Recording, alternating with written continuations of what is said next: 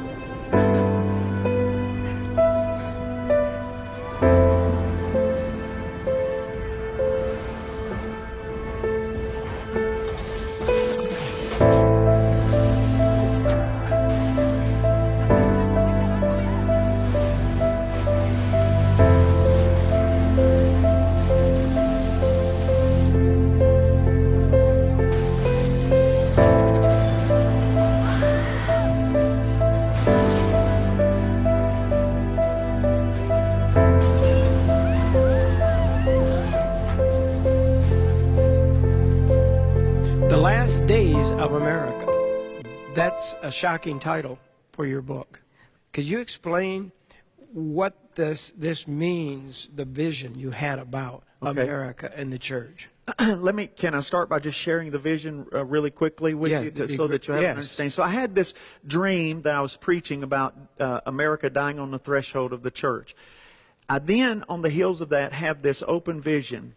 I was sitting on my couch, I'm looking at my television set, and I see a storm. A newscaster comes on, and he's basically saying, we've got an emergency going on in the country. He said, there is an unprecedented storm, and they show a picture, and the storm looks like a hurricane. Now, I'm living in Louisiana. It's on the heels of Katrina. I'm very familiar with what a hurricane is. It looks like a hurricane, but what was interesting is it was a hurricane that stretched all the way from the northern border to the southern border, and it was moving right down the heart of America. It was coming all the way across America. It was going west to east, all the way across America. The eye was over the center of America, the heartbeat of America. And the reporter said, this is the most unusual storm, he said, because it looks like a hurricane, and most of the time this forms in the ocean will come upon land. He said, but this one has formed on land and is spreading from ocean to ocean. He said, we have a correspondent that's in the storm, in the eye of the storm. And you've seen hurricane reporters. And all of a sudden, the picture changes on the television. And there's a man who's standing there in rain gear, and he's being tossed about by the wind. And he's got a microphone. He said, this is the most unusual storm I've ever seen. And there's stuff swirling around his head. And he reaches down, and he picks up, and he has in his hand $100 bills. He says, this is a storm of money. About that time, I go back to the reporter, and he says, there has been another tragedy that's happening right now in America, another crisis, and all of a sudden I see on my television, I'm trying to shorten this up, all this is in the book, I see on my television screen riots, fires burning in cities all across America, riots going on in America. I saw people holding signs. One of the signs that really stood out to me was a sign with big red letters that said, I want my entitlements.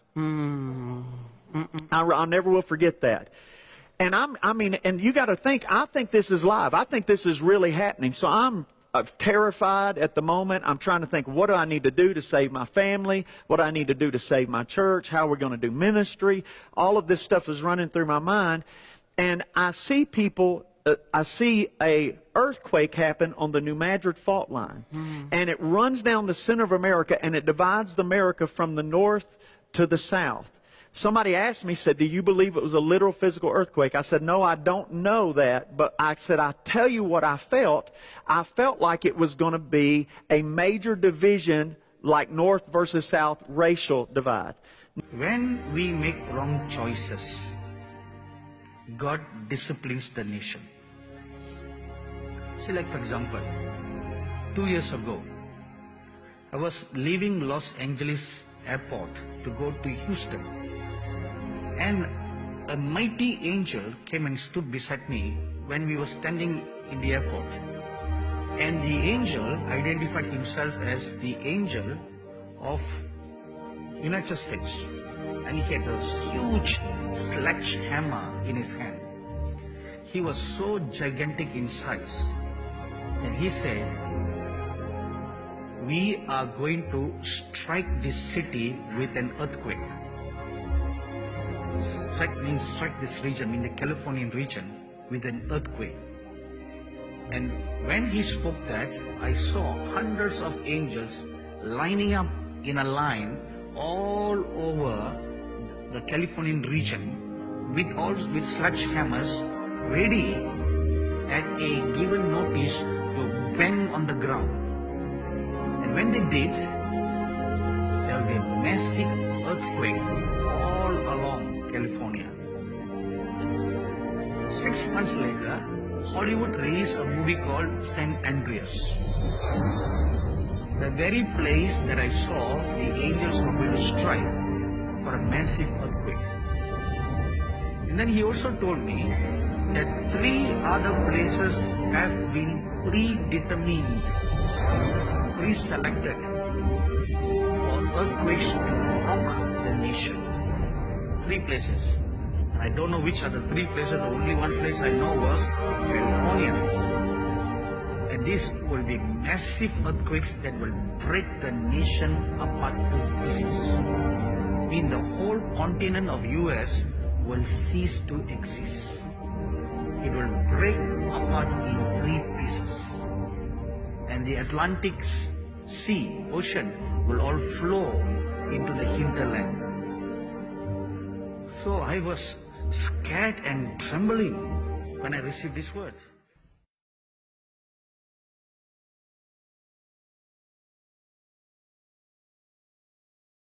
That's going to divide the nation is going to happen close to the New Madrid fault line. Wow. And I said, but it won't stop there. It's going to spread all across the nation. About that time, I heard a voice behind me in my ear that said, "They divided my land. Now I will divide theirs." The worst things that could happen to America, every time we butt into Israel's business, the last time we butted into Israel business, we helped them divide Gaza, and New Orleans got all the rain they wanted. And there's an intention now of dividing Jerusalem. And if this takes place, the New Madrid fault will divide the United States. Isaiah 18. Pray that this doesn't happen. Pray that we take our hands off of Israel and keep our hands off it. That we mind our own business and not Israel's business. For if we do, then we become a third-rate nation. And the New Madrid fault will divide this nation. If we force, the rabbis are afraid that we're going to invade them with NATO troops, which would be America. And if we did, we'd quit bullying the police force of the world immediately, because the earthquakes would shake us to, you wouldn't believe what would take place. Even the poles would shake. The plates would shake. And it isn't time for the New Madrid fault. It is for the California, but it could sure hurry it up. And I'm telling you that this flood and all this other thing is nothing compared to what the New Madrid fault would do to America. So we need to pray. You need to pray continually for mercy for Israel. Pray for her continually. Never let up on praying for her. I learned a long time ago, the prayers you pray for Israel gets answered. And your own prayers then get answered. So I would make praying for Israel a priority. Amen. So pray for Israel on this, because I'm telling you, if you do, you live in a pretty safe place. But you don't want to live on the Mississippi River if they divide Jerusalem. I've also told the people in California, especially Los Angeles, and when and I go to South Korea, I've told them to relocate, get out. My job is not to force anybody to do anything but to warn them. So we're in a very serious time. We need prayer. And praise will bring prayer. And prayer will release prophecy. So we need that. We need the Word of God spoken in agreement so we can have mercy. So wisdom is getting ready to come and justify you in your sacrifices and give you the understanding you need on what to do. Anybody that says they understand what's going on now, don't believe them.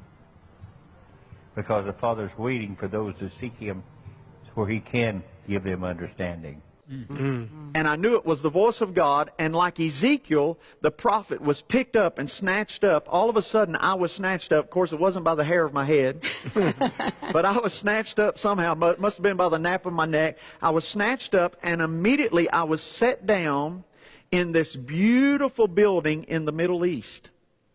And I was like a fly on the wall, sitting in this room, and world leaders had gathered together, and sitting at the head of the table was Putin, the Russian leader, and these leaders were gathered together, and they were discussing the fall of America. Wow. Wow. And I sat there and listened to them discuss the fall of America, and the next thing I know, I hit my body like this, and when I looked at the television, the news was back on the regular programming. I immediately knew that I had this visitation from the Lord. I stayed up all night. I wept. I cried. And then the Lord spoke to me and said, I'm going to give you an opportunity, and you're supposed to warn the nation. And I begged God. I said, God, please, please, I'm known as a preacher of hope. Please don't send me out to preach this message of the judgment of God upon America. Please don't do this. And the next morning, I got a phone call, and it was Jesse Duplantis. And he said, Shane, he said, you're not going to believe this, but I had a different guest scheduled. But he said, I'm going to be doing a show on a national network. And he said, God told me to have you. He's shown you something about America, and you're supposed to come to tell the nation. Praise God. I said, oh, God, please. Yeah. Oh man. And that's how all of this started. Wow. And so I believe all of the racial divide that we've seen. Yes. I believe the political divide that we've seen. Literally all of it happening along the New Madrid fault line. Yeah. I know right now the economy is good. Yeah. But the economy's in trouble. And I'm going to go on record as saying that. So in 2013-14, when I shared this for the first time, everybody and their brother started calling me a false prophet and demonizing me. But everything that I said was going to happen in this book has started occurring, and it's beginning to unfold day by day. All things that can be shaken will be shaken, so that the things that cannot be shaken will remain. Everything else will be shaken. Your family will be shaken. Your life will be shaken. Your future will be shaken. Your career will be shaken. Your churches will be shaken. Your ministry will be shaken. You yourself will be shaken. Only one thing will remain till the end. Your complete childlike faith in the Lord. That is why the Bible says, strengthen the things that remain.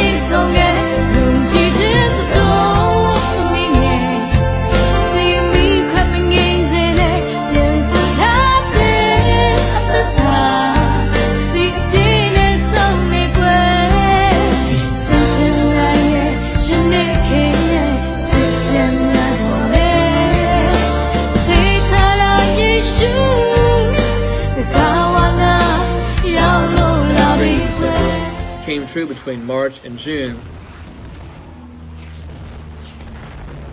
And I believe that we're going to see not just a second huge wave of COVID between September, October, November, but we're going to see major things with the elections. We're going to see major chaos in our country. We're going to see troops in our cities. We're going to see the protests get even worse. We're going to see buildings burn. We're going to see what could only lead to civil war in this country. And I saw monuments. I saw Washington, D.C. burning. I saw Washington, D.C. blazing. I saw fires everywhere. I saw people being rounded up. I saw Chinese and Russian soldiers on the ground. And Russian soldiers were telling the Chinese soldiers to go and pick up these people, round up these people, secure this quadrant.